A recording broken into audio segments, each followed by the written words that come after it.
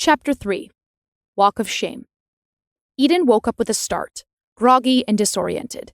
She sat up and immediately wished she hadn't when a throbbing pain pierced her temples. A spark of desire surged through her when she turned and saw a naked Liam sprawled beside her. Even in his flaccid state, he was still impressive, and even when she knew she shouldn't, she wanted him still, needed him, raved him. Just thinking about last night, all the things they'd done, left her breathless. She stretched and yawned silently, amazed at how every inch of her body ached with the slightest of movements. Even the parts that she didn't think should be were oddly alive. But as deliciously ravished as she felt, she had to get out of there quick before Liam woke up. The last thing she wanted was an awkward chat about her temporary lapse in judgment with the man who seemingly knew her body better than she knew herself. A man who was getting married soon.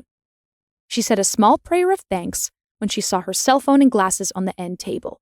She snapped them on and sprung out of bed, wrestling with the swaying room when her feet touched the matte wooden floors. She closed her eyes and counted backwards from 10. When she opened them again, the ground had stopped shaking, and she didn't feel so dizzy anymore. Eden scanned the massive room, sighing in frustration as she frantically tried to locate her clothes. But her dress had mysteriously vanished. The disappearance of her underwear was another puzzle she didn't have time to solve. She picked up Liam's denim shirt from the floor and threw it on. Surely he wouldn't miss it, she thought as she grabbed her cell phone and ran from the room with her stilettos in her hands. Her trench lay in a miserable heap at the foot of the stairs. Funny, she didn't remember Liam taking it off.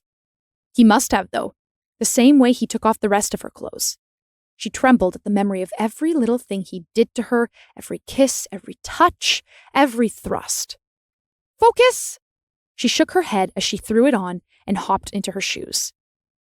As deliriously thrilling as last night was, it was over. She had to put Liam behind her. At the front door, Eden ran straight into the butler and the bevy of housekeepers as they were reporting for duty.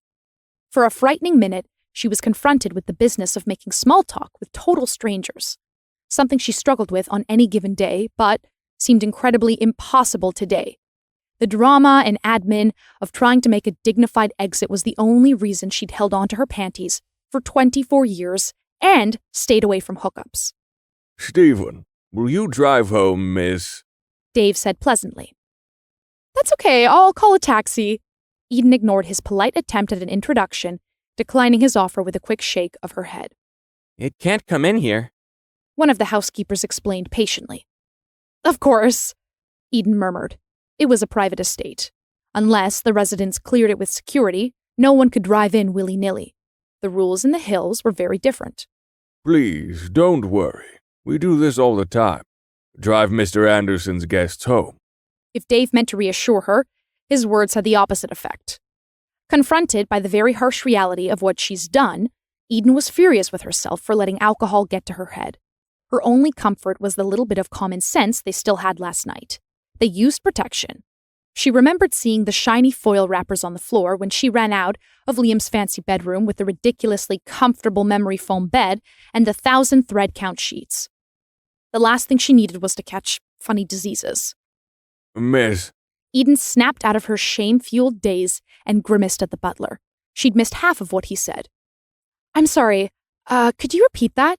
she asked, wondering how she was so polite and calm after what was undoubtedly the worst mistake of her life. "Would you like some breakfast before you go?" Dumbfounded by this question, Eden could only gawk at him. Was this also a part of the Liam experience? Being offered breakfast before her walk of shame to lessen the sting of being a one-night stand? She wondered just how many guests like her Liam had.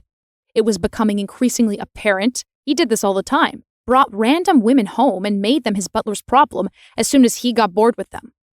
"No, thank you," she said, her face taut with anger. She wanted to leave and run to the safety of her cramped apartment and cry herself sick. "Very well, then." Dave held the front door and showed her to the stately Lexus waiting in the endless driveway.